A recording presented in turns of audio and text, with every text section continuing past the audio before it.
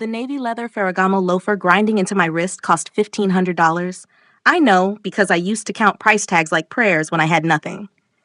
But what Elijah didn't know, as he stood over me in that Columbus mall with his new wife watching, was that the man on my phone, the one whose voice just went deadly quiet, doesn't forgive humiliation. The marble felt exactly how I remembered it. Cold. Unforgiving. My shopping bags had exploded around me like evidence of a crime. Tissue paper, receipt ribbons, the new blazer I'd bought for Angela's scholarship interview, scattered across the polished floor of Polaris Fashion Place. Elijah's voice echoed through the atrium, pitched loud enough for the Saturday afternoon crowd. "Jade Parker! Still shopping clearance racks, I see." His friends laughed. His wife, blonde, thin, expensive, smiled that smile women use when they're watching someone beneath them get destroyed. I could hear phones coming out, could feel the weight of eyes on me from every direction. "Actually," I started to say, pushing myself up, but that's when his shoe came down. The pressure on my wrist wasn't crushing. Didn't need to be. It was the positioning that mattered, his $1,500 Italian leather pinning my hand to the floor like I was something he'd stepped in by accident. Something he couldn't be bothered to fully acknowledge. "Careful there," Elijah said, all false concern. "These floors get slippery. Remember when you used to work here? Always mopping, weren't you?" I hadn't worked at Polaris, but I'd wanted to. Had filled out applications at every store in this mall 15 years ago, desperate for anything that paid. They'd all said no. Too inexperienced. Not the right fit. Not the right anything. The crowd had gone silent. That special kind of silence that only happens when strangers smell blood in the water and want to watch what happens next. My phone lay between us, screen cracked from the impact but still lit. The call timer was running. 2 minutes. I'd answered it right before Elijah accidentally bumped into me. Right before his friend jostled me hard enough to make me stumble, and Do-hyun had heard everything. "Elijah," I said quietly. My voice didn't shake. That surprised me. "Remove your foot." He leaned down, face close enough that I could smell his cologne, same brand from 15 years ago when he used to borrow money from me to buy it. "Or what, Jade? You'll call your boyfriend? Oh, wait." He glanced at my hand, finally noticing the platinum wedding band I'd been wearing for 6 months. "Somebody actually married you? Poor bastard probably doesn't know what he got himself into." His friends laughed harder. Someone in the crowd snickered. That's when I heard it. Through the phone speaker, so quiet, most people wouldn't catch it. "Touch her again, and you lose the hand." The voice was calm, almost gentle. The kind of gentle that makes your spine go cold, because you understand instinctively that this gentleness is a choice, not a limitation. Elijah heard it too. I watched his face change, confusion first, then something like recognition as his eyes tracked down to my phone. "Who?" he started to say. 2 men in black suits materialized from the crowd. I hadn't seen them enter, hadn't noticed them approaching. They were just suddenly there, standing 10 feet behind Elijah, hands folded in front of them, faces expressionless. The atrium went from silent to dead quiet. Elijah's foot lifted off my wrist. Not quickly, not like he was scared. Like he was suddenly very aware that the weight distribution in the room had shifted, and he needed to recalculate. I sat up slowly, gathering my scattered bags, my phone. The screen was shattered, but still functional. Do-hyun's name displayed at the top. Not his full name, just the single Korean character I'd programmed in. Hyun, power, Jade. Elijah's voice had changed. Less performative now, actually looking at me for the first time. "Who's on the phone?"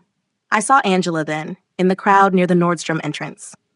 My goddaughter, 17 years old, wearing the bracelet Elijah had given her 3 weeks ago when he'd approached her after school, pretending to be an old family friend doing research on me. Her eyes were wide with confusion and fear. She was supposed to be trying on interview shoes in Macy's, not watching this. Not seeing me on my knees in the middle of a mall atrium. Not seeing me like this. And then I realized she was wearing the bracelet, the one Elijah had given her.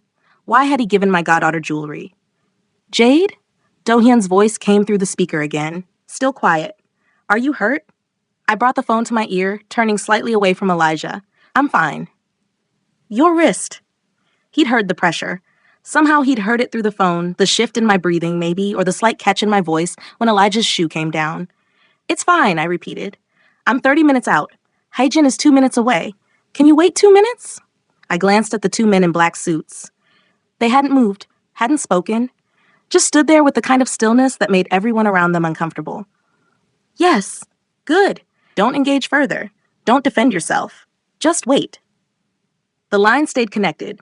I could hear road noise in the background, the low murmur of someone speaking Korean in Do-hyun's car. He was cutting short his Chicago trip, coming back early because his wife had been humiliated in a mall. In Korean culture, this mattered. Chemyeon, the concept of face, of honor. Public humiliation wasn't just a personal insult. It was a stain on everything connected to you. Your family, your organization, your name.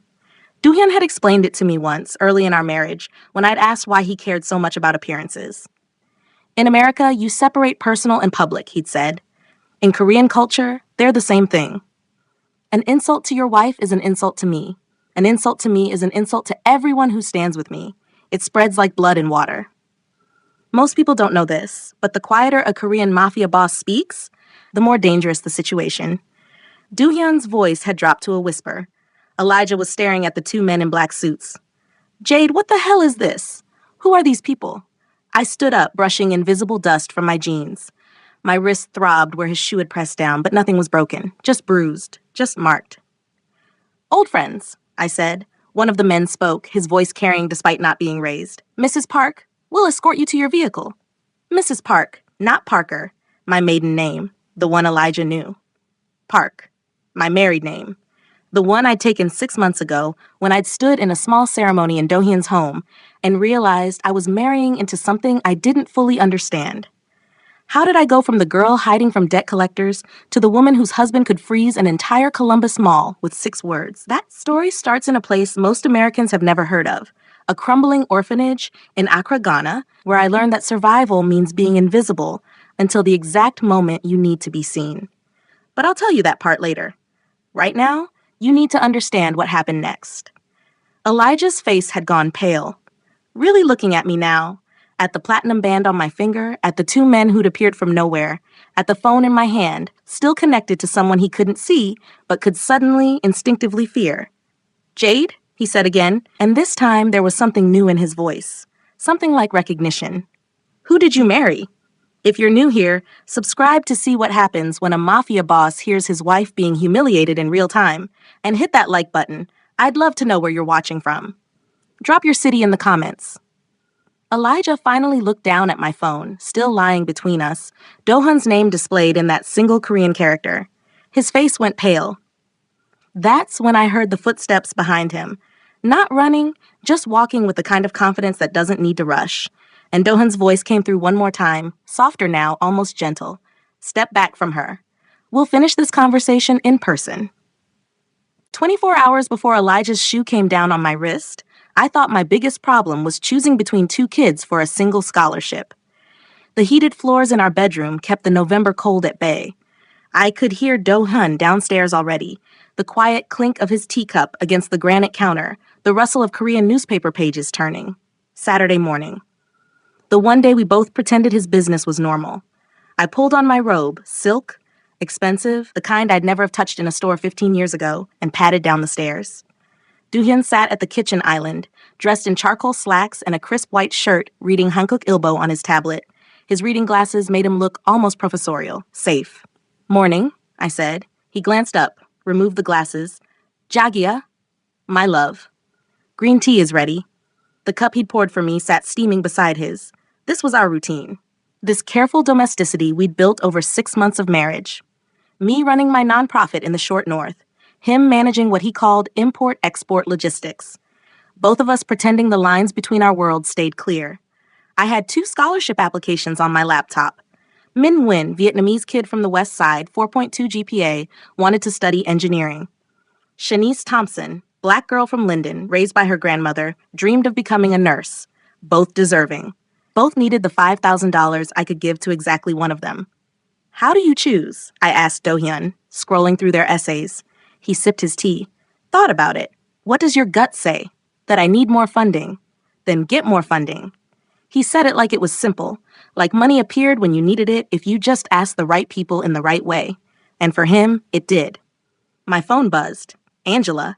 Her text made me smile. Interview Monday. Need shoes. Mall today? I typed back, Polaris at 2? 3 dots appeared. Disappeared. Then, Perfect. Love you, Auntie. Have you ever built something pure with dirty hands? That's what my nonprofit was. Every scholarship I gave out, every kid I helped, it was real. It mattered. But the money that funded it, that question kept me awake most nights. Church? Doohyun asked, already knowing the answer. Always. He didn't come with me. Never did. The black church aunties would have had too many questions about my Korean husband, who didn't speak much, and had that particular stillness that made people uncomfortable. So I went alone, sang the hymns, listened to Pastor Jenkins preach about redemption, and fielded the subtle interrogations. How's your husband's business, baby? Good, Sister Patricia. Very good. And he treats you right? Yes, ma'am. That sound. The one that meant we're watching. We're not sure about this, but we love you anyway. After church, I drove to the Korean grocery on Kenny Road. This was the other community I navigated. The Ajumas, the Korean aunties, who watched me with Sunwoo's daughter-shaped confusion written all over their faces. I bowed to Mrs. Kim at the entrance. Annyeonghaseyo, Ajuma. Hello, auntie. She nodded back, eyes narrowing slightly. Evaluating. I grabbed a basket, headed for the banchan section. The fermented side dishes Dohyun liked, the small ways I tried to belong to his world. Jade, Mrs. Park appeared beside me, her voice carrying that particular Korean inflection that meant judgment disguised as concern. Your appa okay? Haven't seen him lately. He's well. Thank you for asking. And your husband's family? They visit from Seoul? Not yet. That sound again. Different language, same meaning. We're watching. We're not sure. But you're one of us now, so we'll be kind. I paid in cash. Dohyun always gave me cash, never traceable credit cards for personal purchases, and loaded the groceries into my Lexus. Another gift. Another reminder that my life now came with strings I couldn't always see.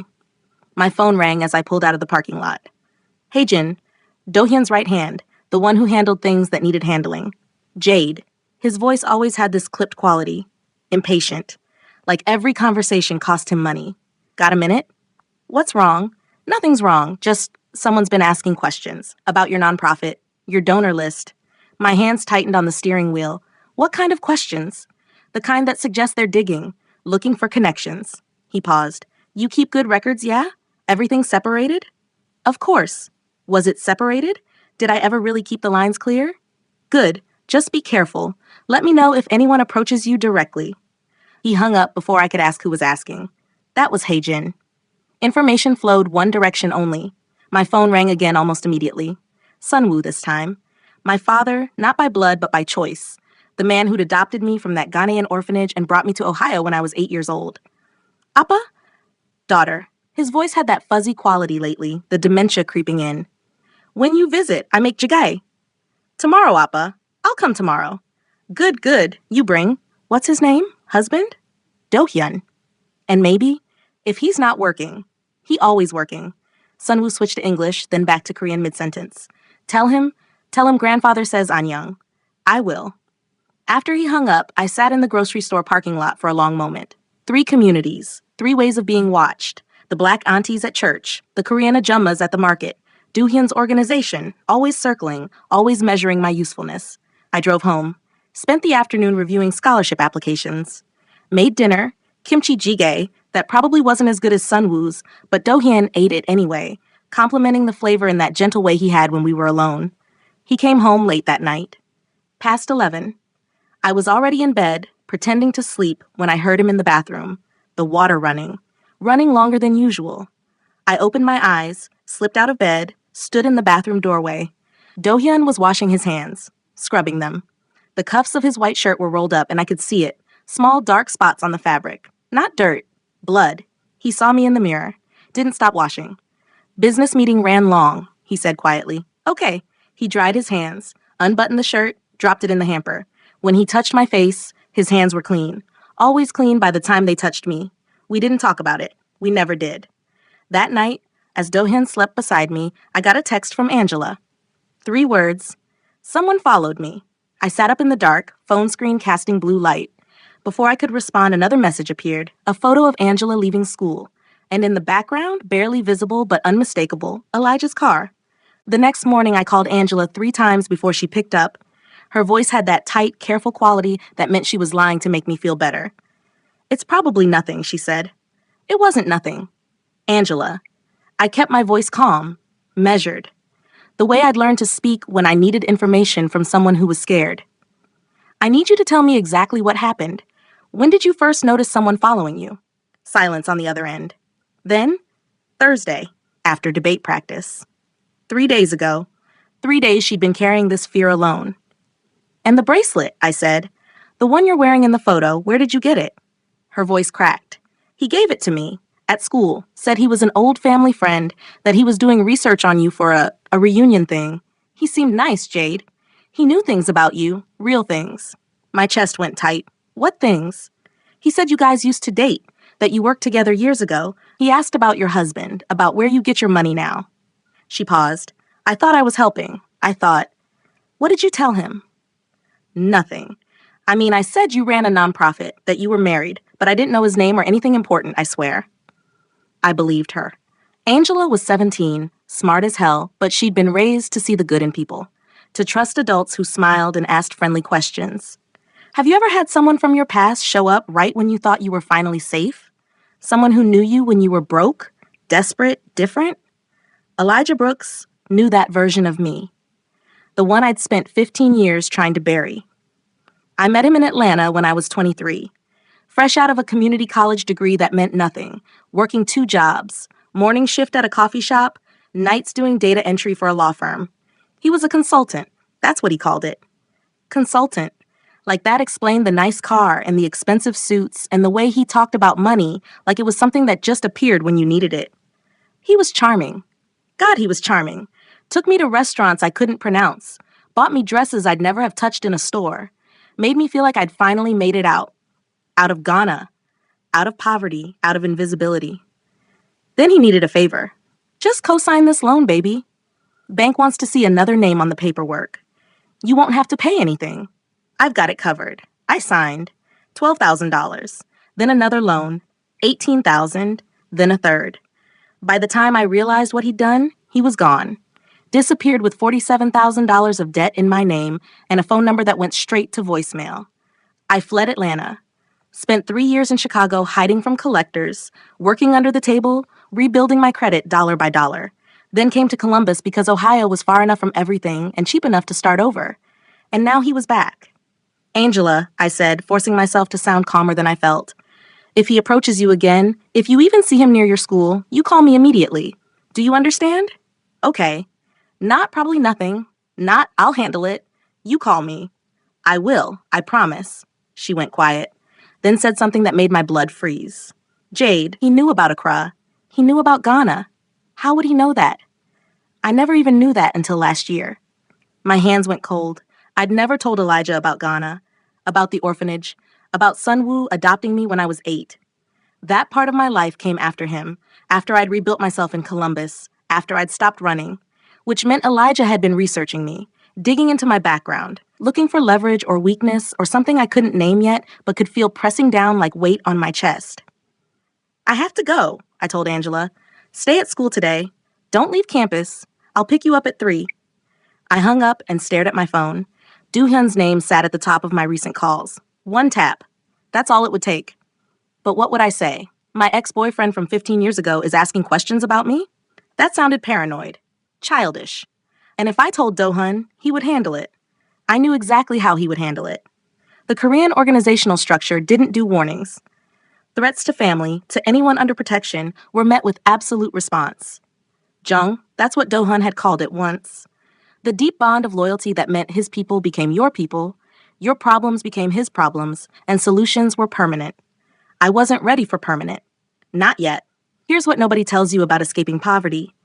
You never really escape. You just get better at hiding that it still lives inside you, waiting. I needed to think, needed to clear my head.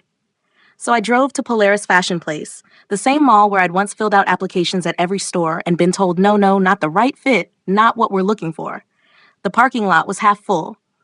Saturday afternoon shoppers, families, teenagers, normal people living normal lives. I walked through the main entrance. Nordstrom to my left, Macy's straight ahead. The marble floors gleamed under the skylight, and I remembered standing in this exact spot 12 years ago, counting change in my pocket to see if I could afford the bus fare home and still eat dinner. Now everything looked different. The security guard near the entrance nodded at me. respectfully. Sales associates in the windows smiled as I passed, instead of watching my hands to make sure I wasn't stealing. I was acceptable here now. Welcome.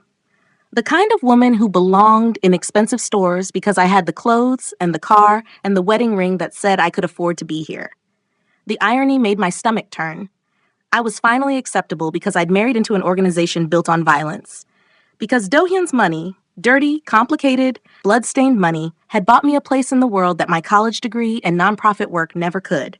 My phone buzzed. Angela, can we still get shoes tomorrow? Interviews Monday. Really nervous. I stood in the center of the atrium, other shoppers flowing around me like water around a stone, and made a decision. Tomorrow. Broad daylight. Public place. What could Elijah possibly do in a crowded mall? I typed back, Polaris at 2? 3 dots appeared immediately. Perfect. Love you, Auntie. I thought about calling Heijin, arranging security, having Do-hyun's people positioned throughout the mall just in case. My finger hovered over his name in my contacts. But then I thought, it's just a mall. It's broad daylight. Elijah was a con man, not a killer. He wanted money or leverage or some kind of closure I couldn't give him. Whatever he was planning, it would involve words, not violence. I could handle words. I agreed to meet Angela at Polaris the next afternoon. As I sent the text confirming, I thought about calling Heijin to arrange security. My finger hovered over his name.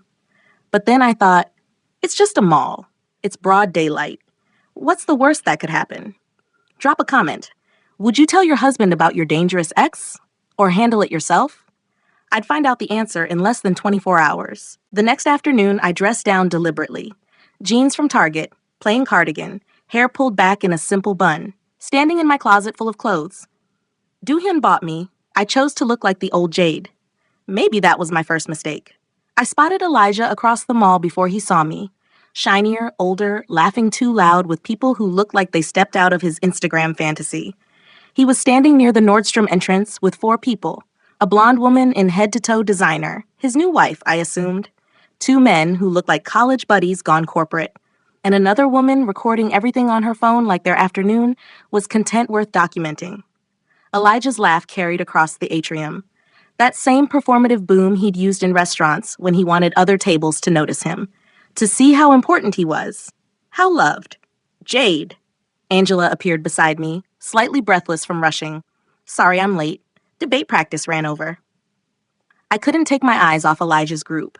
They were moving toward Macy's, same direction we needed to go for the shoe department. It's fine, I said. Let's make this quick. We walked through Polaris like I was navigating a minefield. Every corner held ghosts. The Foot Locker, where I'd begged for a job 12 years ago. The Forever 21, where security followed me so closely I could hear his radio crackling. The food court where I'd counted change to see if I could afford a small fries and still have bus fare home. There's a special kind of humiliation that comes from being treated like trash in the exact place you used to work. Every corner of that mall held a memory of me being invisible, being watched, being less than. But now everything was different. The sales associate in Macy's greeted me with a smile. Welcome. Can I help you find anything today? Not suspicion. Welcome. Angela headed straight for the display of interview-appropriate heels. Black pumps, sensible 2-inch heel. Nothing flashy. What do you think? She asked, holding up a pair. I was about to answer when I saw them again. Elijah's group, crossing into Macy's from the other entrance. His wife was laughing at something he'd said. The woman with the phone was still recording. They hadn't seen us yet. Those are perfect, I said quickly. Try them on. We'll take them. Angela's eyes lit up. Don't you want to see the price first? Doesn't matter. If they fit, they're yours. She disappeared into the shoe section to find her size, and I positioned myself to keep Elijah's group in my peripheral vision. Calculating. They were 20 feet away. Moving toward menswear. If Angela was fast, we could pay and leave before. Jade? His voice cut through the ambient mall noise like a knife. I turned slowly. Elijah stood 10 feet away, his whole group behind him, all of them staring. Jade Parker. Oh my God. He took 3 steps closer, arms spreading like we were old friends reuniting. I can't believe it's you. His wife whispered something. The woman with the phone raised it slightly, capturing the moment. Elijah, I said. Flat, giving him nothing. Wow, how long has it been? 15 years? He looked back at his group.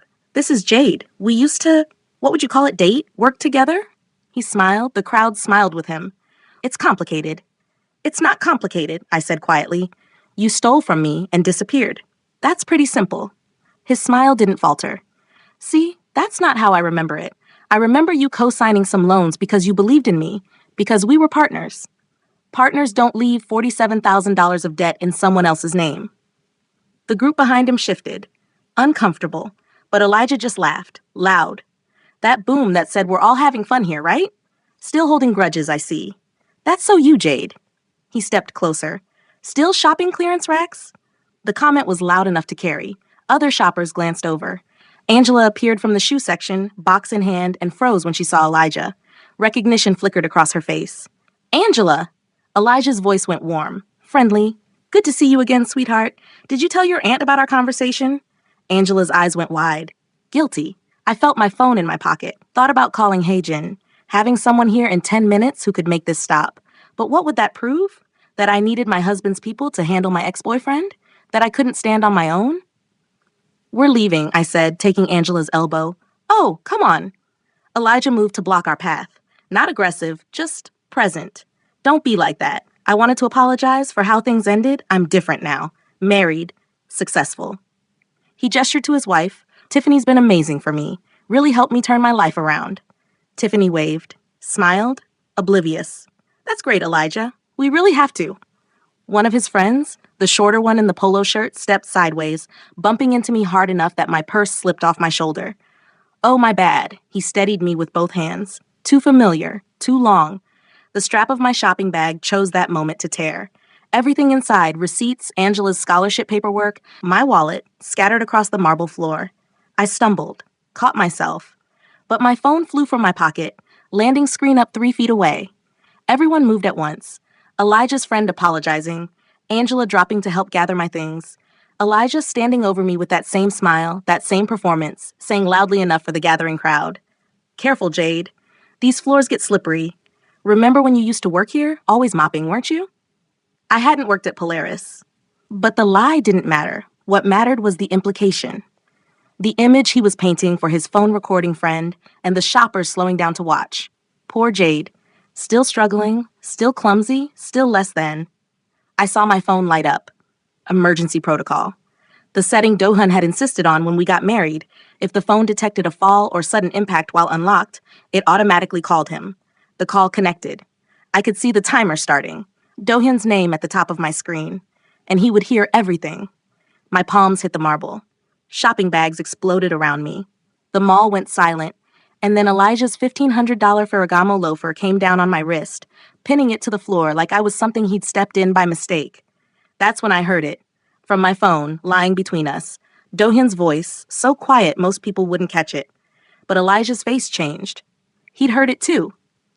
Touch her again, and you lose the hand. Everything slowed down. I could hear my own breathing. Angela's gasp somewhere behind me. The shuffle of feet as people pulled out phones to record. And then I heard the footsteps, deliberate, unhurried, closing in. The 2 men in black suits didn't run, didn't shout. They just appeared behind Elijah, like they'd been there all along, and suddenly the entire atrium held its breath. Elijah saw them in the reflection of a storefront window. His body went rigid. The pressure on my wrist disappeared as his foot lifted, and he stepped back, hands rising slightly in that universal gesture of I'm not a threat. Whoa, hey, we were just talking. Old friends catching up. Neither man spoke. They just stood there, hands folded in front of them, faces blank. The kind of stillness that makes your hindbrain scream danger, even when there's no obvious weapon. No raised voice, no movement at all. Jade. A third voice. Sharp. Clipped. Korean accented but perfect English. Haijin materialized from the crowd near the Nordstrom entrance. He moved through the frozen shoppers like water finding a path, his charcoal suit immaculate, his expression pleasant in a way that somehow made everything worse. He reached me first, extended his hand. Mrs. Park, are you hurt? Mrs. Park, not Jade. The formal address that put distance between us, that made this official.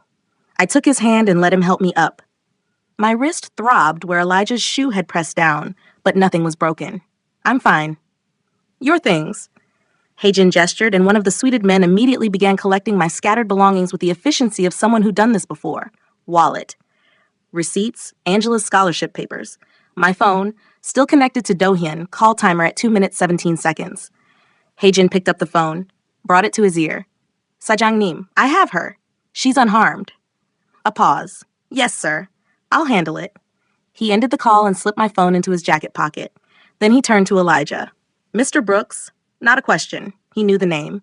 My name is Heijin Park. I represent Mrs. Park's husband.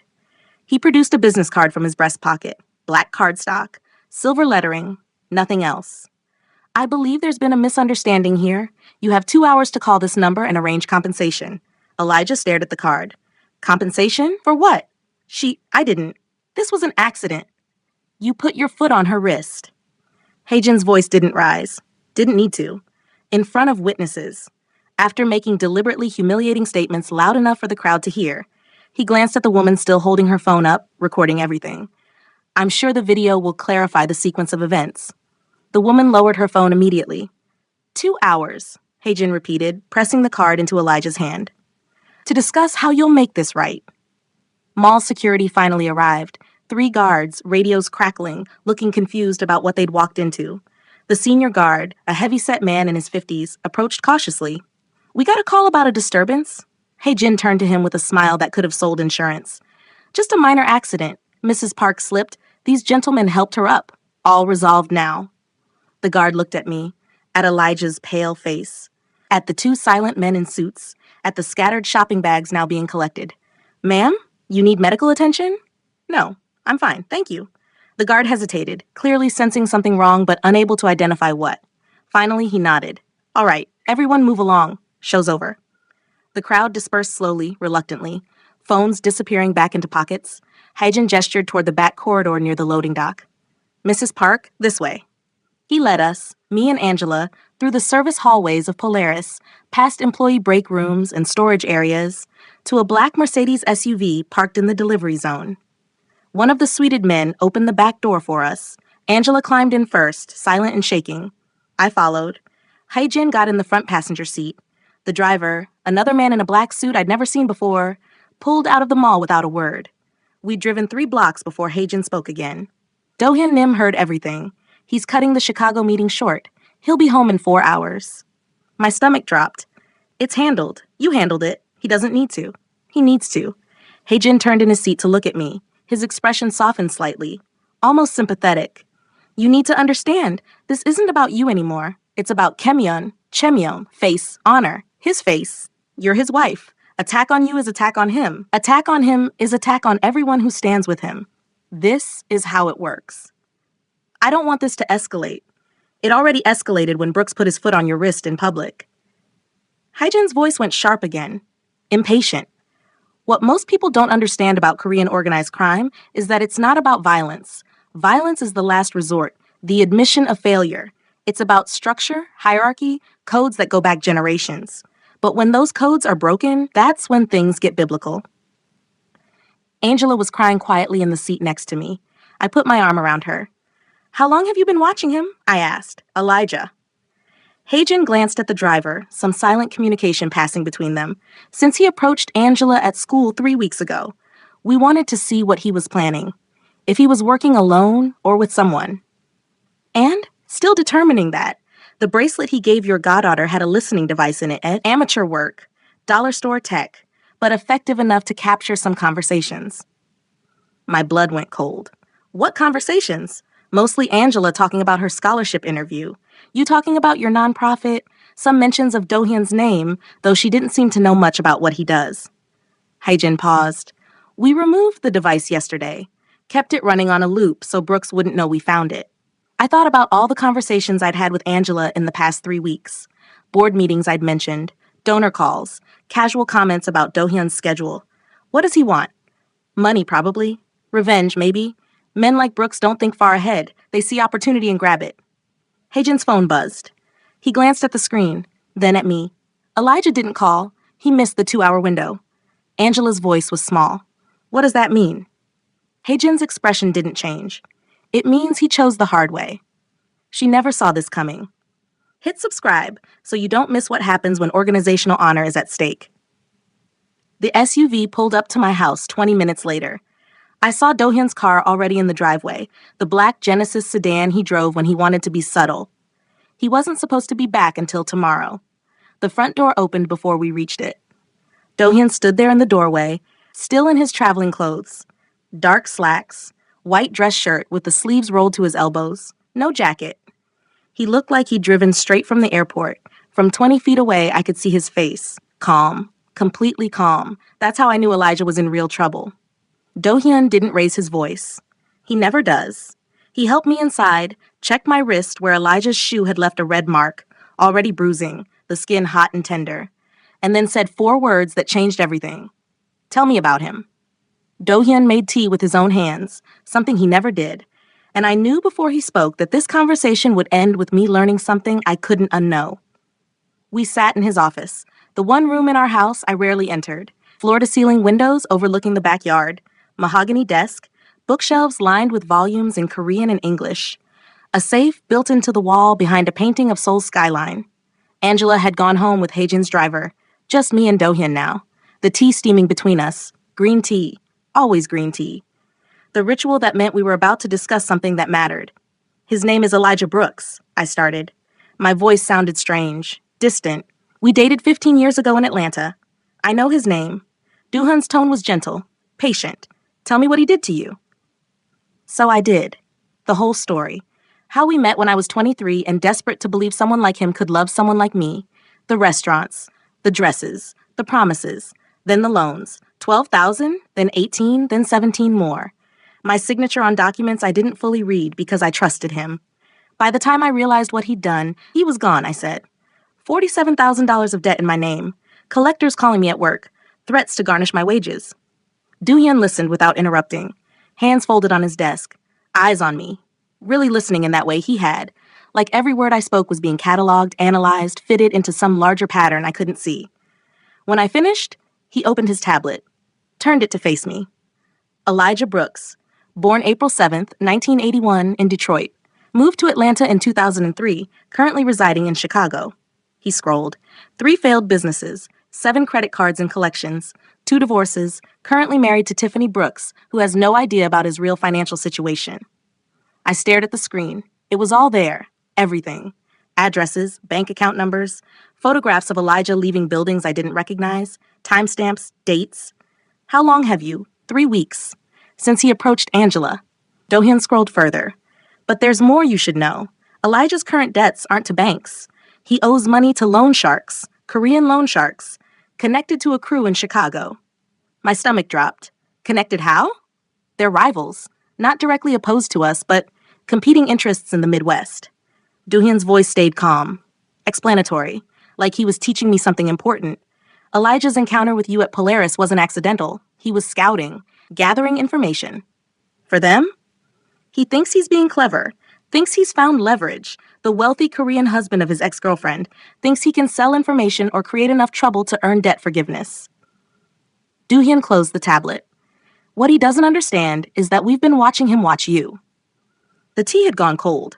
I wrapped my hands around the cup anyway, needing something to hold. What happens now? Haejin will arrange a meeting. Neutral ground will make it clear that pursuing you further is unwise. He paused. This can be resolved quietly. No violence. No escalation. Just clarity about boundaries. Can't you just let it go? The words came out desperate. Pleading. He's pathetic, Do-hyun. He's broke and married to someone who doesn't know who he really is. His life is already falling apart. Why make it worse? Do-hyun's expression didn't change. Because Kemyeon, Chamyeon, face, honor, cannot be restored privately. He humiliated you in public. The response must be public enough that the message is clear. What message? That you are protected, that threats against you have consequences. He stood, moved to the window. It's not about revenge, Jade. It's about precedent. If I let this pass, others will see it as weakness, will think they can target you to get to me. I can't allow that. I wanted to argue, wanted to say I didn't need his protection, his codes, his organizational logic that turned my ex-boyfriend's cruelty into some chess move in a game I never agreed to play. But I was too tired, and my wrist still throbbed. There's something else, Do-hyun said. He wasn't looking at me anymore. Looking out at the yard where snow was starting to fall. The reason I was in Chicago. I wasn't just there for business. I was meeting with the chairman. Your boss? Yes. He flew in from Seoul specifically to discuss the Sunwoo situation. I went still? What Sunwoo situation? Do-hyun turned from the window, walked to his desk, unlocked the bottom drawer and pulled out a folder. Old. The kind with actual paper inside, not digital files. He opened it, pulled out a photograph, placed it in front of me. Two young men, maybe 18, 19 years old, standing on a dock with fishing boats behind them and Korean signage I couldn't read. One of them was clearly Do-hyun, younger, thinner, with longer hair, but the same eyes, the same stillness. The other was Sunwoo, my father, 30 years younger, grinning at the camera with his arm around Do-hyun's shoulders. Busan? Do-hyun said quietly. 1987. I couldn't breathe. You knew my father? He saved my life. Do-hyun sat back down, poured himself more tea, and for the next 20 minutes, he talked more than I'd ever heard him talk. He told me about growing up in Busan, about being recruited into the organization at 16, not a choice really, but the only option when your family owed debts they couldn't pay. About working the docks, moving cargo, learning the business from the bottom up. Sunwoo was older, 22, already established, smart, good with numbers, the kind of person the organization valued. There was a rival crew, Do-hyun said. They wanted territory we controlled. They approached Sunwoo, offered him money to provide information, schedules, shipment routes, names. He betrayed you? He was supposed to. They paid him 20,000 American dollars, more money than he'd ever seen, more money than his family would see in 5 years. Do-hyun's voice stayed even, factual. But the information they wanted would have gotten people killed, including me. I was supposed to be on a boat they planned to intercept. Do-hyun handed me the photograph. On the back, in faded handwriting, was a date, June 15, 1987. A location, Jagalchi Market, Busan. And beneath it, 3 words in English I'd never expected to see Sunwoo write. I owe everything. He warned you? The night before the ambush. Told me everything. Gave back the money. Do-hyun paused. When the organization found out, they gave him a choice. Take the beating meant for me as punishment or die. He chose the beating. I thought about Sunwoo, the limp he'd always had in his right leg, the scar on his ribs he'd never explained, the way he flinched when doors slammed. They almost killed him anyway, Do-hyun continued. Would have, probably, except the chairman intervened. Said Sunwoo had proven loyalty in the only way that mattered, by choosing conscience over money. But he couldn't stay. The crew who tried to buy him would have come for him. So he fled. Went to Ghana first, then America. Most people think organized crime is about money and violence. It's not. It's about memory. Korean families remember favors and betrayals across generations, continents, decades. My father saved a boy's life in Busan in 1987. That boy became my husband in Columbus in 2019. You think that's coincidence? When did you find out about me? 5 years ago. The chairman keeps track of people who were once ours, where they are, what they're doing, if they're safe. Do-hyun met my eyes. When we learned Sunwoo had adopted a daughter and was living in Ohio, running a small restaurant, I was curious. I owed him my life. Wanted to know if he was okay. So you watched me. At first, yes, from a distance. You were working for that import company downtown, legitimate business, but they occasionally contracted with us for logistics. I saw your name in their employee directory, saw your photo, read your file. My hands were shaking. How long before you approached me? 2 years. He said it without shame, without apology.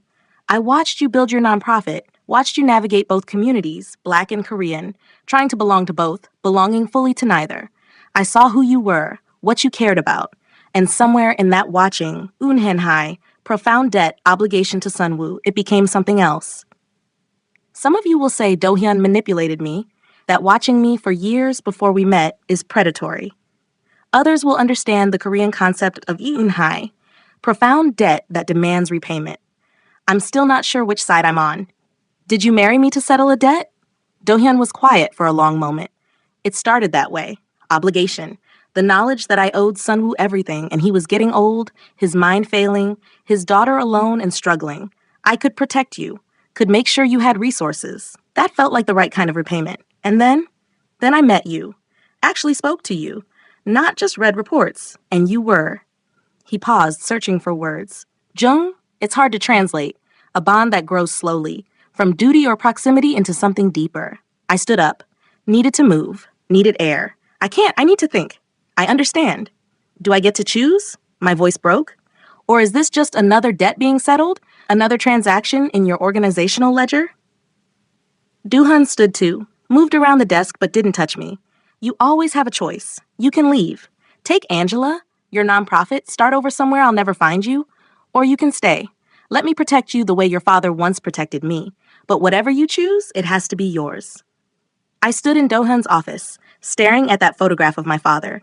Younger, stronger, standing next to the teenage boy who would grow up to become my husband.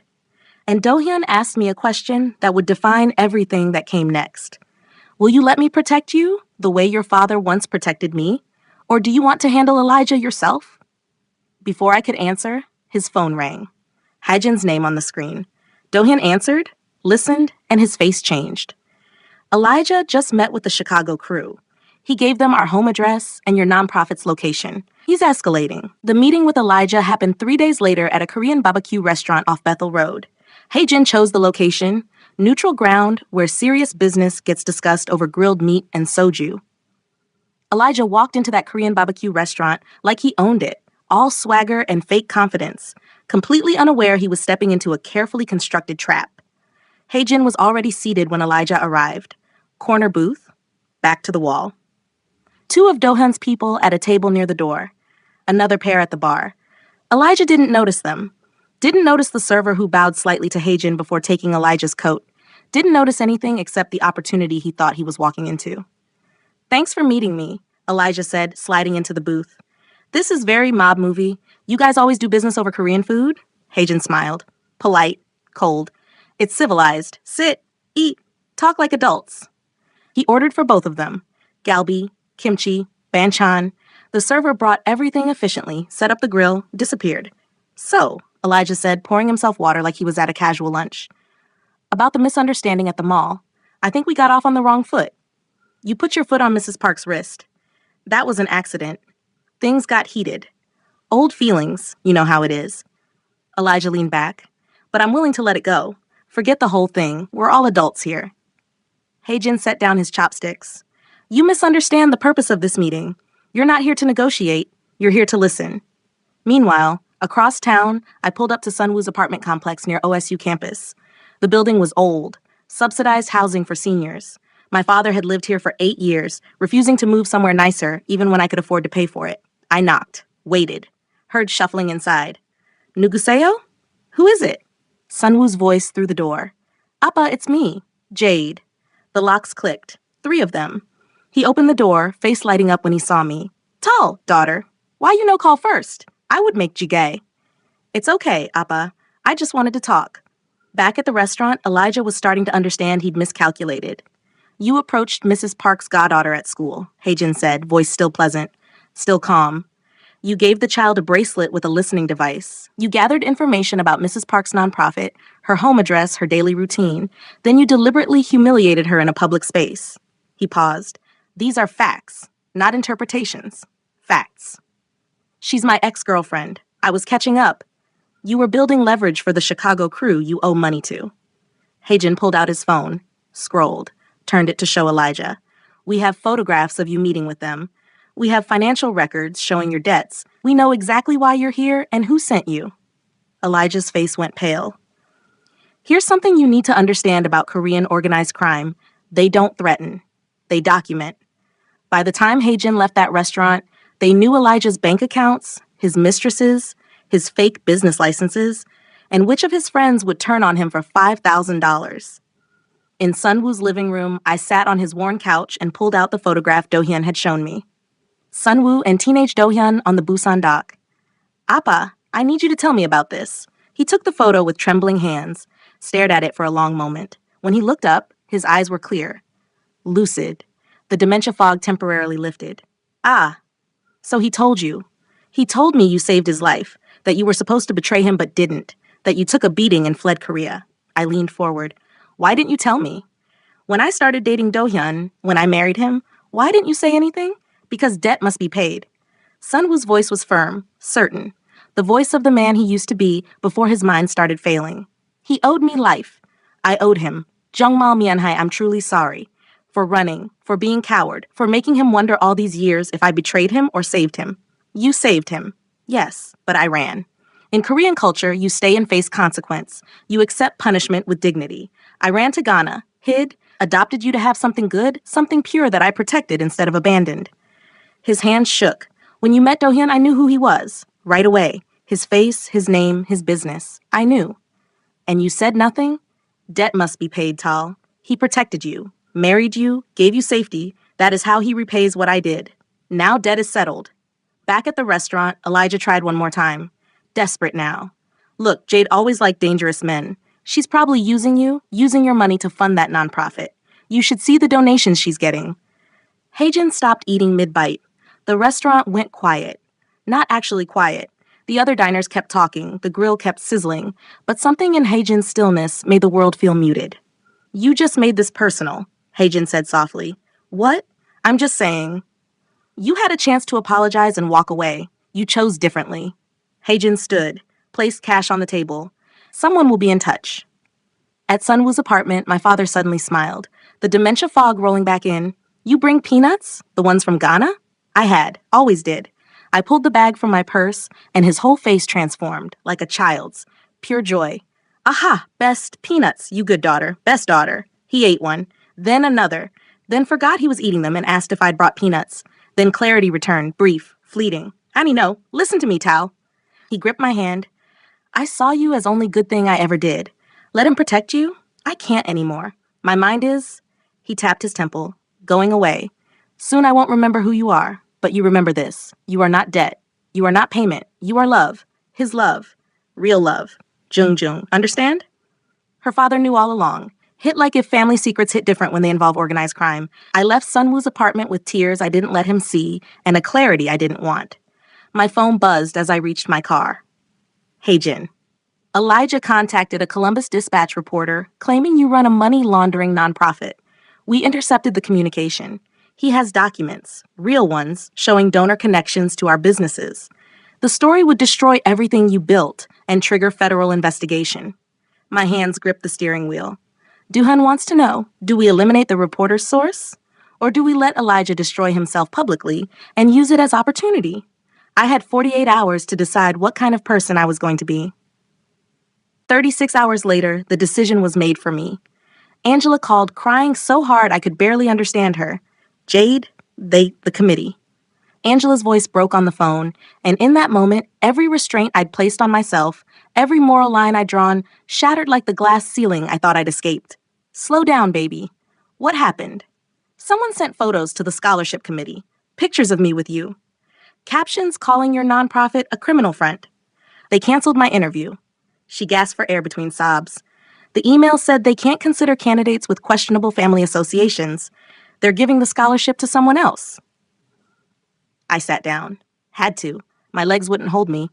Angela, listen to me. We'll fix this. I'll call them. I'll explain. There's more. Her voice dropped to a whisper. They sent the same photos to Ohio State. My acceptance might be under review. Jade, is it true? Is your nonprofit? She couldn't finish. No, it's not true. Someone is trying to hurt me by hurting you. Who would do that? Elijah. Of course, Elijah. I'll handle it. Don't worry about. Jade. Angela's voice hardened. Older suddenly. Is my future bought with someone else's pain? All the help you've given me, the SAT tutoring, the college applications, this apartment you helped pay for, where does that money come from? I couldn't answer. Not honestly. Not without admitting that the clean life I'd shown her, the nonprofit work, the respectable marriage, it was all built on a foundation of violence and control I'd chosen to ignore because it benefited me. I have to go, she said, and hung up. I sat in my car outside the nonprofit's office building and stared at my phone. 3 missed calls from the board president, 7 emails with subject lines like urgent, donor concerns, and federal inquiry. Imagine spending 10 years building something clean, something that helps kids escape the poverty you barely survived. Now imagine watching someone destroy it in 48 hours because hurting you makes him feel powerful. The board meeting happened 2 hours later. Emergency session. All 12 members crammed into our small conference room on High Street. The FBI contacted 3 of our major donors, Patricia, the board president, said without preamble, asking questions about source of funds. One donor already pulled their commitment. $15,000 we were counting on for next quarter's programming. What kind of questions? I asked. Whether they knew about your husband's business interests, whether donations were being used to launder money. Patricia's face was pained. She'd been with me since the beginning. Believed in the work. Jade, I know this is garbage, but perception matters. If donors think we're connected to organized crime, we're not. Your husband is. The words hung in the air. True. Undeniable. Do-hyun's legitimate businesses donate to us, import-export companies, shipping logistics, everything properly documented and taxed. I kept my voice steady. Professional. If the FBI has questions, we cooperate fully. We have nothing to hide. And if they find connections anyway? If donors keep pulling out? Another board member, Thomas, an accountant who'd helped set up our 501c3 status, leaned forward. Jade, I love what we do here, but I can't be associated with federal investigation of my employer. He was resigning, right there, in the middle of crisis. Two other board members exchanged glances, thinking the same thing. My life's work. The one pure thing I'd built separate from Do-hyun, separate from Sunwoo's complicated past, separate from everything Korean and organized and violent. Collapsing, because a bitter man with a phone and internet connection could destroy in days what took me a decade to build. As I left the scholarship committee's office earlier that day, I saw him, Elijah, sitting in a coffee shop across the street, watching the building with his phone out. He smiled when he saw me. Actually smiled. Then took a photo. I felt something inside me crack. Maybe it was the last piece of who I used to be. When I got home, Hyjin was waiting in my driveway, leaning against his car, expressionless. Mrs. Park, how bad is it? Federal inquiry is real but preliminary. They received anonymous tip about nonprofit donor connections. Standard procedure. They investigate, find nothing criminal, close case. Takes maybe 3 months. He paused. But in those 3 months, your organization dies. Donors flee. Media coverage. Reputation destroyed. Elijah did this. Yes, he's been systematic. First Angela's scholarship. Then federal tip. Next will be media. He's already contacted Columbus Dispatch, Cleveland Plain Dealer, building narrative of criminal wife using nonprofit as front. I leaned against my car, tired. So tired. Do-hyun sent me with a message. Hyjin continued. Let me handle this. You won't like how, but it will end. What does that mean? It means Elijah Brooks becomes a problem that solves itself. Publicly. Permanently. In a way that discredits everything he said about you. You're talking about killing him. Hyjin's expression didn't change. I'm talking about neutralizing a threat using appropriate organizational resources. The method depends on variables I can't discuss. That's still killing him. Sometimes. Not always. He straightened. Do-hyun won't act without your permission. But you should know, Chicago crew is pressuring for resolution. They want Elijah eliminated because he's become liability to them too. If we don't handle this, they will, and their method will be messy. I thought about Angela crying on the phone, about her question, is my future bought with someone else's pain? And I thought about Elijah sitting in that coffee shop, smiling. Taking photos like this was all a game. I need to try one more time, I said, to fix this the right way. Hyjin nodded, said nothing, got in his car and left. The scholarship committee chairman met me in his office the next morning. Kind man, professor of education at OSU, genuinely apologetic. Mrs. Parker, I want to help. Angela is remarkable. Her essay, her grades, her community service. Then give her the scholarship. I can't take the risk. If media picks up story about criminal connections, if other donors hear about it. He spread his hands helplessly. We have a responsibility to protect the scholarship's reputation. So you'll punish a 17-year-old girl for lies someone told about her godmother? I'm sorry. I tried 4 more board members. Got similar responses. Fear, self-protection, reasonable people making reasonable decisions that destroyed Angela's future and mine. By evening, I understood. Playing by legitimate rules meant losing when your opponent didn't care about rules. I sat in my car outside Angela's apartment building, watched her window, light on, probably studying despite everything, despite her world falling apart, because she was strong and smart and deserved better than this. I pulled out my phone, texted Do-hyun one word, yes. His response came immediately. Hyjin will bring you to the house tonight. There's something you need to see about Elijah that changes everything. Not our house. The one I'd never been to. Where Do-hyun conducted actual business. Hyjin picked me up at midnight. We didn't go to my house. We drove to a warehouse near Port Columbus, one of Do-hyun's legitimate shipping facilities. Inside, Do-hyun waited with a laptop and a man I'd never seen before. Older, 60s, expensive suit, cold eyes. This is Mr. Choi, Do-hyun said quietly. He flew from Seoul with information about Elijah you need to see. It turns out your ex-boyfriend has been busier than either of us knew. Mr. Choi opened the laptop. turned it to face me. Bank transfers? Dozens of them. Dates going back 3 months? Before Elijah approached Angela, before the mall, before any of this started, payments from accounts in Chicago to Elijah's account, $2,500, $3,000, $5,000. What I saw on that screen made me understand why Elijah had really come back into my life, and it had nothing to do with me.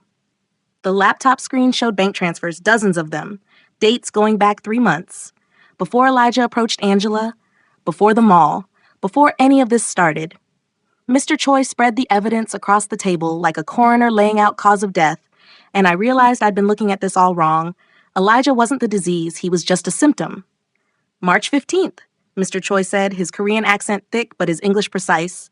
First payment, $2,500 from account registered to Park Logistics LLC in Chicago. April 2nd, $3,000. April 27th, $5,000. He tapped the screen with a pen. 12 payments total, $47,000.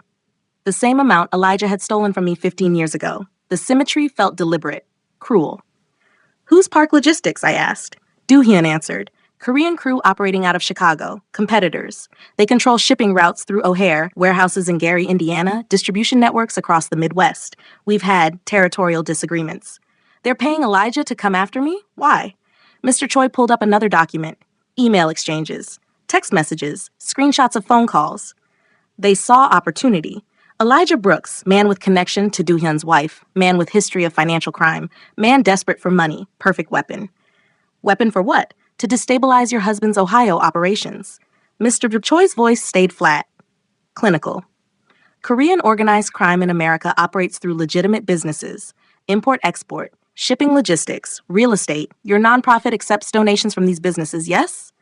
From Do-hyun's companies. Everything properly documented. Doesn't matter. Perception is weapon. Mr. Choi leaned forward. They pay Elijah to create scandal linking your nonprofit to criminal activity. Media coverage, federal investigation. Even if investigation finds nothing, damage is done. Do-hyun's legitimate businesses become toxic. Partners pull out, shipping contracts canceled, banks freeze accounts pending review. The thing about Korean organized crime that Americans never understand? It's not about who has the most guns. It's about who has the best accountant, the deepest connections, and the longest memory. Do-hyun was about to teach the Chicago crew all 3 lessons at once. While Do-hyun is weakened here, Mr. Choi continued, Chicago crew expands into Columbus shipping routes. Port Columbus becomes their territory. They control freight movement through Ohio. Very profitable. And Elijah knows this? Do-hyun shook his head. Elijah thinks he's being paid as consultant. They told him they want information about me, about our business interests. He thinks he's smart, thinks he found a way to get rich and hurt you at same time. His voice hardened. He doesn't understand he's disposable. I stared at the bank transfers, at the emails showing Elijah reporting back to his Chicago handlers, updates about my nonprofit, photos of me and Do-hyun, copies of donor lists. The chairman sent me because this threatens more than Do-hyun's territory, Mr. Choi said. If Chicago succeeds in Ohio, other crews will try same tactic in other cities, using family members to create federal pressure. This must be stopped with clarity, with message. What kind of message? Do-hyun slid another folder across the table, opened it. Inside, photographs of Elijah. Not surveillance photos, documents. Tax returns showing fake businesses, bank statements showing loan defaults, screenshots of dating app profiles where he was cheating on Tiffany. Evidence of unemployment fraud, small-time crimes that added up. We don't destroy Elijah violently, Do-hyun said. We destroy him legitimately. IRS audit, fraud investigation, loan companies calling in debts, his current wife discovering his mistress. Everything organic, everything legal, everything traceable to his own crimes, not our interference. And Chicago? While federal investigators focus on Elijah, we provide them with evidence connecting his activity to Chicago crew, wire transfers, email communications, conspiracy to file false reports. Chicago crew gets federal attention they wanted to put on me, but directed at them instead. Haejin spoke for first time since we'd arrived. Chicago crew will try to silence Elijah once they realize he's compromised. We'll make sure FBI witnesses that attempt. Federal conspiracy charges. Chicago leadership goes to prison. I looked at the 3 of them. Mr. Choi's cold efficiency. Haejin's sharp calculation. Do-hyun's controlled fury masquerading as calm. This is chess, I said quietly. You're using Elijah to trap Chicago. Yes. And Angela? My nonprofit? We're just collateral damage while you play strategy games? Do-hyun's expression didn't change, but something flickered in his eyes. Protecting you is the strategy, but there's one more piece. He nodded to Mr. Choi. The older man pulled up a final document. Text messages, recent, from this morning. Chicago number. Package is in place near her goddaughter's school, awaiting green light for activation. Elijah's response. What package? Chicago. Insurance. In case Brooks gets cold feet, we activate if needed. My blood went cold. What does that mean? We don't know yet, Haejin said. But we have people watching Angela's school, watching her apartment. Whatever they planted, they haven't activated it. They came for her family. Subscribe to see how far she'll go when there's no more playing nice. They're threatening a 17-year-old girl. My voice came out strange, distant. They're ensuring their investment pays off, Mr. Choi corrected. In their calculation, threatening child creates compliance, makes Elijah continue his work even if he has doubts. I stood up, paced. The warehouse felt too small suddenly, too cold. You said there's a plan, I said to Do-hyun. What is it? Public confrontation at Polaris Fashion Place, same location where this started. Do-hyun's voice stayed even, methodical. We invite Elijah to mediation, tell him you want to discuss settlement, make it seem like you're scared, willing to pay him to go away. And? Federal agents receive anonymous tip about fraud investigation, show up to observe. Chicago crew sends representatives to ensure their investment succeeds. My people position throughout mall, and you? He paused. You wear wire. Get Elijah to incriminate himself in Chicago on recording. When he admits conspiracy, federal agents have probable cause for arrest. Chicago representatives exposed. Everything unravels for them. You want me to be bait? Do-hyun's expression didn't change. I want you to be the hunter. I looked at the photograph of Elijah, at the evidence of his crimes, at the text messages threatening Angela. When? I asked. 72 hours, Saturday afternoon, when mall is crowded. Do-hyun stood, moved closer. But you need to understand, once this happens, there's no going back. Chicago will know we outplayed them. They will retaliate eventually. Your life becomes more complicated, yet not less. My life is already complicated. It gets more so, permanently. I thought about Angela crying on the phone, about Sunwoo's fading memory, about the nonprofit I'd built to help kids like me escape poverty, now being used as ammunition in a war I never chose. Set it up, I said. 72 hours later, I stood in my bathroom at dawn, hands shaking as I attached the wire under my shirt. The adhesive was cold against my skin. Do-hyun watched from the doorway, silent. You don't have to do this, he finally said. I met his eyes in the mirror. Yes, I do. The wire tech's hands were steady as he taped the microphone to my collarbone, but mine trembled, not from fear of Elijah, but from what I was becoming in order to destroy him. His name was Jinho, the tech, flown in from Los Angeles specifically for this operation. He worked in silence in Do-hyun's home office, testing frequencies, checking audio levels, making sure every word I spoke would transmit clearly to the receiver's position throughout Polaris. Small movements, Jinho instructed in Korean-accented English. Don't touch the pendant. Don't adjust clothing near microphone. Speak naturally. Equipment is sensitive enough to catch whisper from 3 feet away. The wire ran from the microphone at my collarbone down to a transmitter taped to my lower back. The whole setup felt alien, invasive, like my body was being weaponized.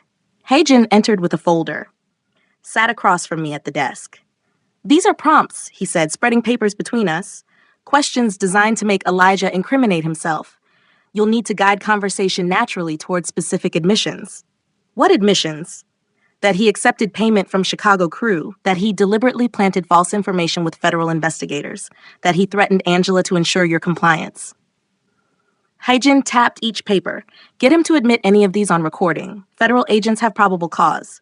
And if he doesn't admit anything, he will. Men like Elijah can't resist gloating when they think they're winning. Haejin's expression was flat, cold. You're afraid alone, asking him to stop. To him, that's victory. He'll brag. The recording device Elijah planted on Angela? It captured everything. Our conversations about Do-hyun's business, Haejin's warnings, even Sunwoo's dementia confession about Busan. Elijah had enough evidence to legitimately implicate us all. We weren't just setting a trap. We were walking into one. We found the package, Haejin continued. The one Chicago mentioned near Angela's school.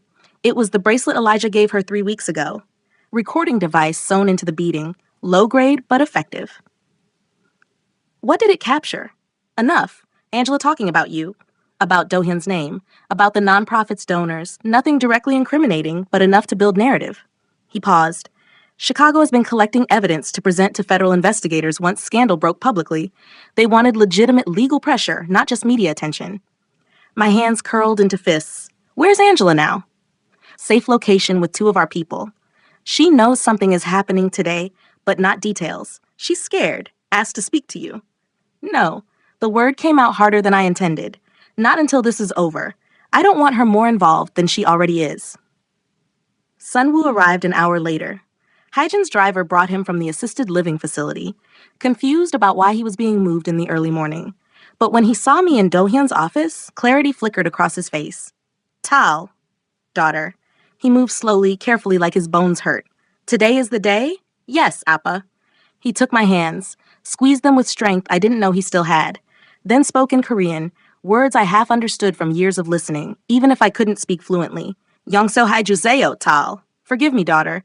For all of this, for Busan, for bringing you into a world where debts follow across oceans. His eyes were clear, completely lucid. But you are stronger than I ever was. You stayed. You fight. That is Korean, that is Ghanaian, that is American. All of you. He kissed my forehead, then turned to Dohyun and said something in rapid Korean I couldn't follow. Dohyun bowed his head, replied quietly, some exchange about protection and honor and duty. When Sunwoo left, Dohyun was quiet for a long time. What did he say? I asked. That if anything happens to you, the debt between us becomes blood debt, and blood debt has no forgiveness. As I put in my earpiece to hear Haejin's instructions, Dohyun stopped me. If anything goes wrong, if you feel unsafe for even a second, say the word Appa. Father, I'll pull you out immediately. Consequences be damned. I nodded, then asked the question that had been burning in my throat. What word do I say if I want you to end him? Dohyun went very still. You don't need a word for that. I'll know. Federal agents received their anonymous tip at 8 a.m. Phone call to FBI field office claiming organized crime meeting planned at Polaris Fashion Place, 2 p.m., suspected interstate racketeering discussion. Enough specificity to prompt investigation? Vague enough to seem credible. Haejin's contacts confirmed 2 agents assigned to observe. They'd position an unmarked vehicle in parking lot, monitor from distance. Standard procedure for preliminary intelligence gathering. Chicago crew arrived in Columbus the night before. Doohan's surveillance team photographed them at the airport, tracked them to Hampton Inn near Easton. 3 men, early 40s, expensive but not flashy clothes. The kind of operators who blended into business traveler crowds.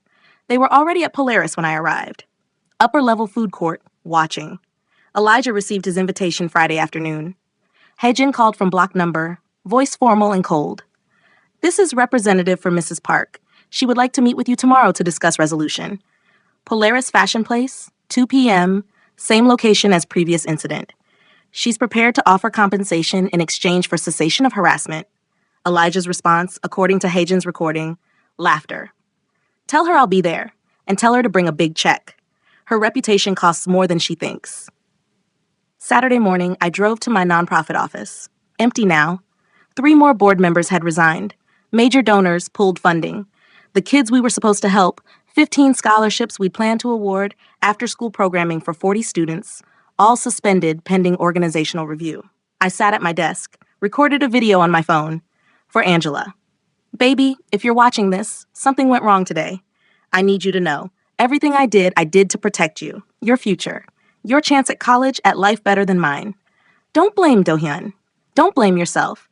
Blame me for not walking away when I should have. I love you. You were the best thing I ever helped raise. I saved it.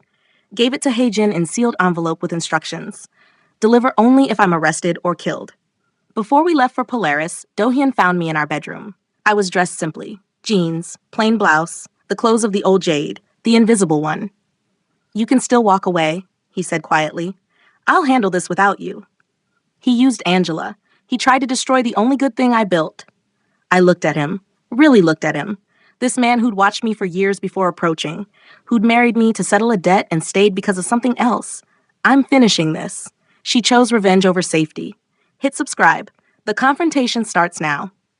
We arrived at Polaris separately. I parked near the Nordstrom entrance. Same spot as last time. The symmetry felt deliberate. Doohyun's people were already positioned. I couldn't see them, but Haejin's voice crackled in my earpiece. 6 on ground level, 4 on second floor, 2 in security office with access to cameras. You're covered. I walked through the entrance, into the atrium. Saturday afternoon shoppers everywhere. Families, teenagers, normal people having normal days. I stood in the center, right where I'd fallen weeks ago, waiting. Elijah arrived exactly on time. I saw him across the atrium. His face lit up with that performative smile.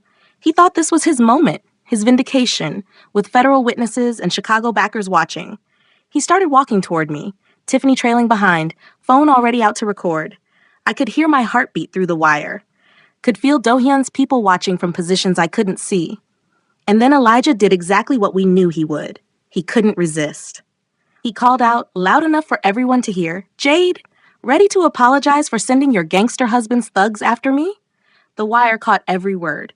Federal agents outside heard it through their relay. And in that moment, I realized something that made my blood run cold. Elijah's microphone was visible, clipped to his collar. He was recording too. This wasn't just a confrontation. This was a coordinated sting, and I didn't know who was stinging whom. The mall went quiet as Elijah approached me. That same terrible silence from weeks before when I'd hit the floor and the world stopped to watch. Except this time, I wasn't falling. This time, my hand moved to the necklace hiding the microphone, and I was ready. Elijah walked toward me like a man who'd already won, and for 3 seconds, I almost believed he had, until I saw Do-hyun's reflection in the storefront glass behind him. "Jade," Elijah's voice carried across the atrium, performance already beginning. "I'm glad you finally came to your senses, ready to discuss how we're going to make this right?" Tiffany walked beside him, looking uncomfortable. His friends flanked them, the same people from before, phones already out. But there were 2 new faces, men in their 40s, expensive suits, Korean features, watching from the upper-level food court with the stillness of predators. Chicago crew? Had to be. Make what right? I kept my voice steady, clear, the wire picking up every word. The harassment. Your gangster husband sending his thugs after me, threatening my wife, destroying my reputation. Elijah spread his hands. His microphone glinted on his collar, recording everything. I'm willing to let it all go. Public apology, financial settlement to cover damages, and we both move on with our lives. You approached my goddaughter at her school. I didn't move. Didn't flinch. You gave her a recording device disguised as jewelry. You stole $47,000 from me 15 years ago. What exactly should I apologize for? Elijah's smile flickered. The loans were legitimate business transactions. You signed the papers. Not my fault you couldn't pay them back and had to run to Chicago? I interrupted. To hide from collections agencies while you disappeared with money you never intended to repay? He went still, realized he'd just admitted to the loans on recording, to the amounts, to the fraud. That's ancient history, he said, recovering. What matters now is... The main entrance doors opened. Do-hyun walked in. Not rushing, just walking with absolute certainty, and the entire mall's atmosphere changed. Shoppers instinctively stepped aside. Children stopped mid-cry. Even the ambient music seemed to lower in volume. He wore dark slacks and a charcoal sweater. No suit, no visible weapons. Just presence. Elijah saw him and stopped talking. His friends went quiet. Tiffany took a half step back. From the upper level, I saw the Chicago crew members lean forward. One of them made a gesture. Continue. Do-hyun reached me, positioned himself slightly to my left, protective but not dominating my space. "Mr. Brooks?" His voice was polite, calm. "I believe you wanted to discuss compensation?"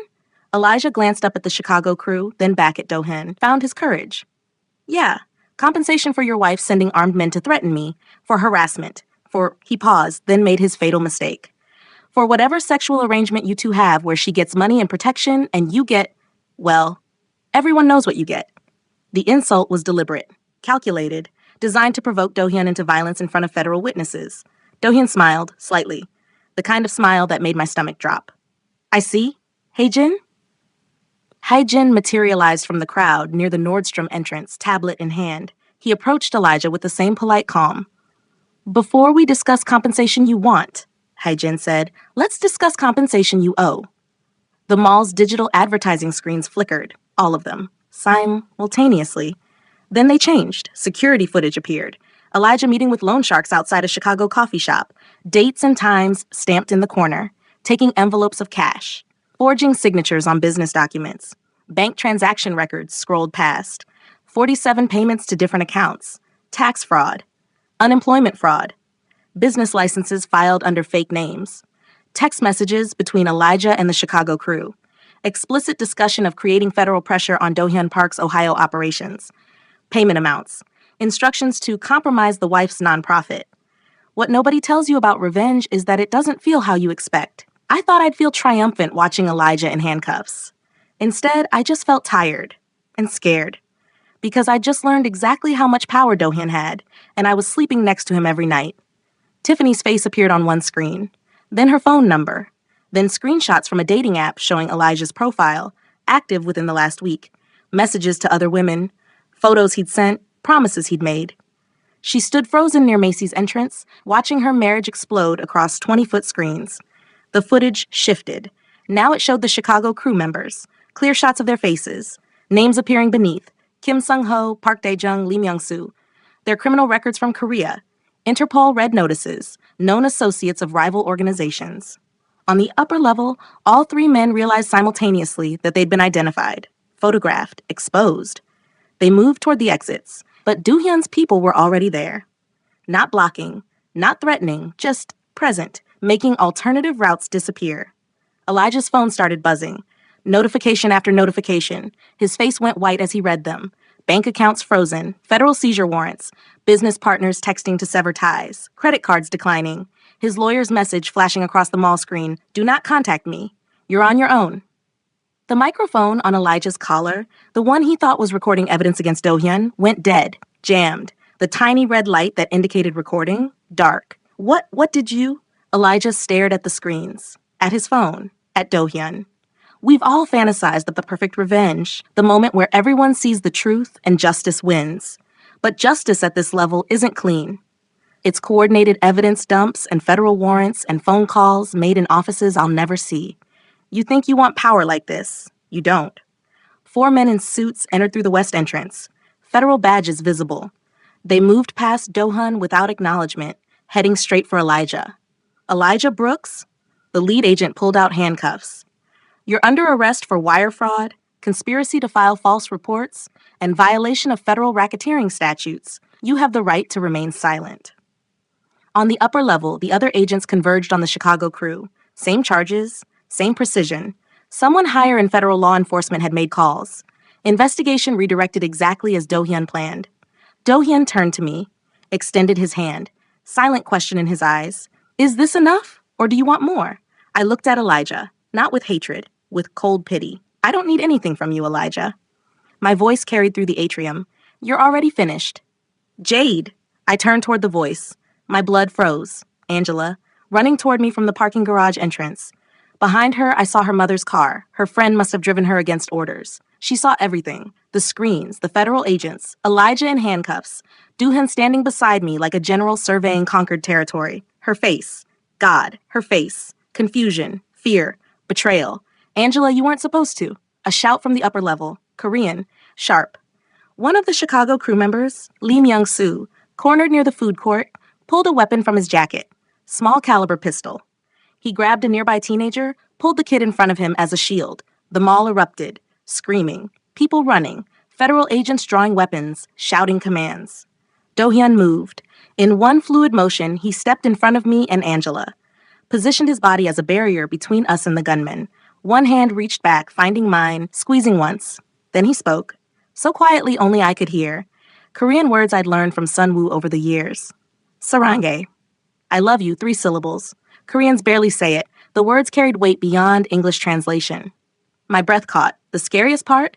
Do-hyun never raised his voice, never threatened violence, never even touched Elijah. He just orchestrated. Federal agents, mall security, digital screens, bank accounts, all moving like chess pieces he'd positioned weeks ago. That kind of power doesn't announce itself. It just is. Haejin and his team materialized from the crowd, forming a perimeter, not drawing weapons, not escalating, just present. Federal agents surrounded Lee, weapons trained. Drop it! Drop the weapon now! Lee was shouting in Korean, desperate, panicked. Do-hyun raised his voice, still calm, still measured, speaking Korean loud enough for Lee to hear over the chaos. I only understood pieces. But later, Haejin would translate, your chairman already disavowed this operation. You're not backed. Stand down, take federal custody, and you might survive to see Seoul again. Fight here, and you have no protection. Lee's phone rang. He fumbled it out with his free hand, pressed it to his ear, listened. His face drained of all color. The weapon lowered. The teenager he'd grabbed broke free, ran toward security. Federal agents swarmed Lee, taking him into custody. When the Chicago crew leader lowered his weapon, I saw something in his eyes. Not defeat, but relief. Like being arrested by federal agents was preferable to whatever alternative Do-hyun represented. That's when I truly understood what kind of man I'd married. The mall slowly calmed. Federal agents escorted all 3 Chicago crew members out, then came for Elijah. He sat on the marble floor where I'd once fallen, handcuffed, destroyed. His wife walked away without looking back. His friends deleted photos and videos from their phones, distancing themselves as fast as possible. Security footage would show a con man caught by routine federal investigation. Do-hyun's hand, invisible. Angela stood beside me, trembling. "Is any of it real?" she whispered. "Your nonprofit, the scholarships, the help you gave me, or was it all just—" "The kids we helped are real." I turned to face her. "The scholarships are real. The money was complicated, but the love was never a lie." "Complicated?" Her voice broke. "Jade, what are you?" I didn't have an answer. Federal agents finished with Elijah, hauled him to his feet. As they escorted him toward the exit, he looked back at me one last time. Not with hatred, with confusion. Like he still couldn't understand how the broke girl he'd abandoned became someone who could orchestrate his complete destruction without raising her voice. I turned away, took Angela's hand, walked toward the parking garage exit where Do-hyun waited. Behind us, the mall slowly returned to normal, shoppers resuming shopping, children crying again, life continuing like nothing had happened. But as we reached the parking lot, I saw him. An older Korean man, 70s maybe, standing beside a black Mercedes different from Do-hyun's fleet but unmistakably expensive. Tailored suit, silver hair, face weathered but eyes sharp. He bowed slightly when he saw us. Do-hyun stopped walking. His entire body tensed in a way I'd never seen before. "Who is that?" I whispered. Do-hyun's voice was barely audible. "The chairman. He wasn't supposed to come until next month. She got revenge. But the price? Subscribe to see what the chairman demands when he comes to collect." The old man smiled. Spoke in Korean. Formal. Respectful. Do-hyun translated, his face carefully neutral. "He says congratulations on settling your father's debt. Now it's time to discuss your own." 3 months after Elijah's arrest, I stood in the chairman's presence for the first time and understood why Do-hyun had looked so tense in that parking lot. This man didn't just command respect, he commanded destinies. But I'm getting ahead of myself. Let me tell you what happened in those 3 months first. Elijah got 15 years. Federal prison.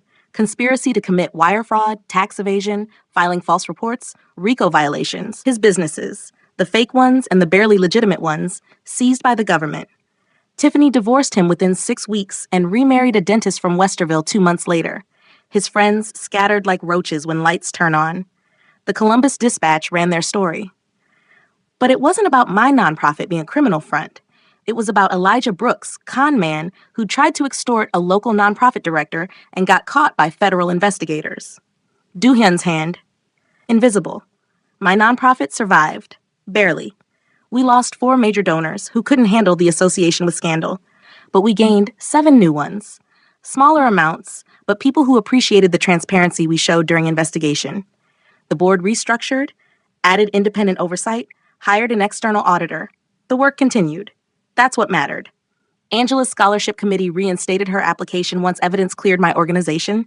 She accepted, but on her terms. We met for coffee at that same shop where Elijah had watched me weeks before.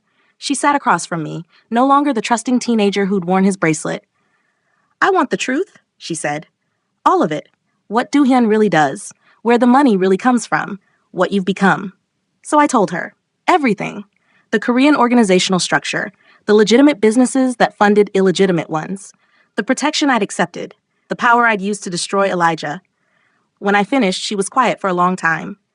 "I'm taking the scholarship," she finally said, "and I'm grateful for everything you've done for me, but I'm drawing a line. I'll be your goddaughter.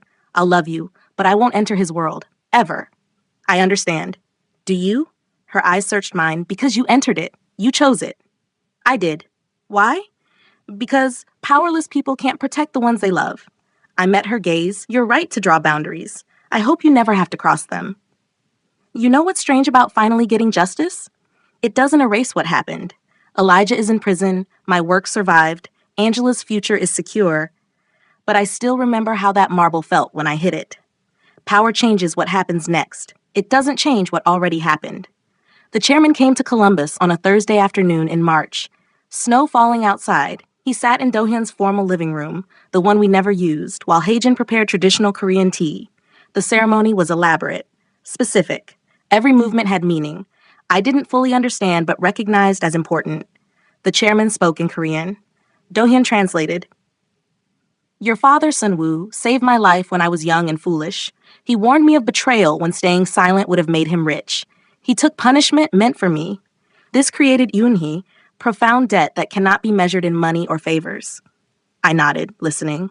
By marrying you and protecting you, Do-hyun honored that debt. By allowing you to use our resources to protect your goddaughter and your work, the debt extended to the next generation. The chairman's eyes were sharp, assessing. You could have chosen safety and silence. You chose courage and visibility. This pleases me. He paused, sipped his tea, continued in Korean. Do-hyun translated, the debt is settled. Sun-woo's honor is restored. His daughter has repaid what he owed through her strength, not her suffering. Relief flooded through me. It was over. The weight I'd carried since learning about Busan, about Do-hyun's watching, about generational obligation, released. Then the chairman smiled. But in our culture, Do-hyun translated, settling one debt often creates opportunity for another. My stomach dropped. I offer you a choice, the chairman continued through Do-hyun. Remain as Do-hyun's wife, protected, civilian, separate from organizational business, or accept formal role as advisor on community development and legitimate enterprise expansion. What does that mean? It means you would have voice in how we invest, where we build, how we transition dirty money into clean futures. You would sit in meetings, make recommendations, shape strategy. Do-hyun's voice stayed neutral, but his eyes held a question. You would become part of the hierarchy, not just protected by it, responsible to it. And if I say no, nothing changes between us, Do-hyun said quietly, his own words now, not translation. I married you for me, not for debt, not for organization. Whatever you choose, that doesn't change. The chairman gave me 48 hours to decide. I visited Sun-woo in hospice that evening. The dementia had worsened. Most days he didn't know me. But that night, his eyes cleared when I walked in. Tal, you came. Always, Appa. I told him about the chairman's offer, about the choice. He took my hand, squeezed with surprising strength. No, Jayurapda, he said in Korean. You are free. Choose for yourself. Not for me, not for debt, for anyone. He smiled. You were never payment for what I owed. You were proof I did something right. He died 2 weeks later. Peacefully, debt settled, daughter safe. They say you become what you fight. I fought to stay separate from Do-hyun's world. Now I sit in organizational meetings, advising on legitimate business development, moving money from crime to community. I didn't become what I fought. I became something more complicated. I accepted the role, not for Sun-woo's debt, not for Do-hyun's approval, but because I realized I could do more good with power than without it. I'd take their dirty money and build clean futures, transform violence into opportunity, become the bridge between worlds nobody else could walk. Angela's scholarship ceremony happened on a Saturday in May. I sat in the auditorium at Ohio State, watching her walk across that stage, accepting congratulations for academic excellence and community service. Outside in the parking lot afterward, snow melting into spring rain, the chairman's Mercedes pulled up. He rolled down the window, congratulated me on my first major decision as organizational advisor, expanding nonprofit operations to 3 more Ohio cities: Cincinnati, Cleveland, Toledo. Your father saved a life, he said in careful English. You're saving a generation. This is how debts are truly repaid, not blood for blood, but light for darkness. His car drove away. I stood with Angela and Do-hyun, watching taillights disappear. I wasn't the Ghanaian orphan anymore, not the abandoned girlfriend, not the woman on that mall floor. I'd become something harder to define. Moral center of an immoral empire, bridge between worlds, protector who wielded power she once feared. The ending wasn't happy or sad. It was real. I thought that was the end. The debt settled, new role accepted, life finally stable in its dangerous complexity. Then, 3 weeks later, I received a package from Seoul. Inside, a photograph, old, faded, my mother, the woman who died giving birth to me in Accra. Except in this photo, she was standing in Busan, Korea, with fishing boats behind her. 25 years before I was born. She wore nice clothes, stood among men I recognized from old organizational photos.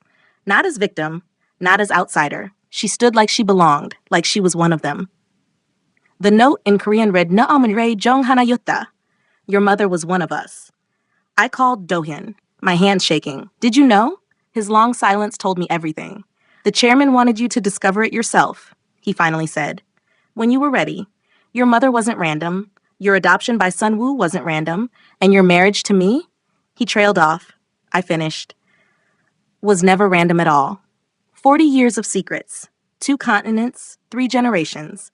And I was standing at the center of a story I'd never known I was part of. I need to be honest with you for a moment. I put my heart, time, and sleepless nights into making this story. When people watch and don't subscribe, it really hurts.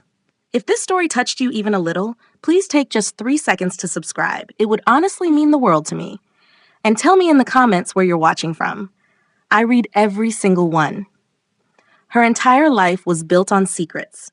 Every answer just created more questions. You'll need to see what happens when she discovers who she really is.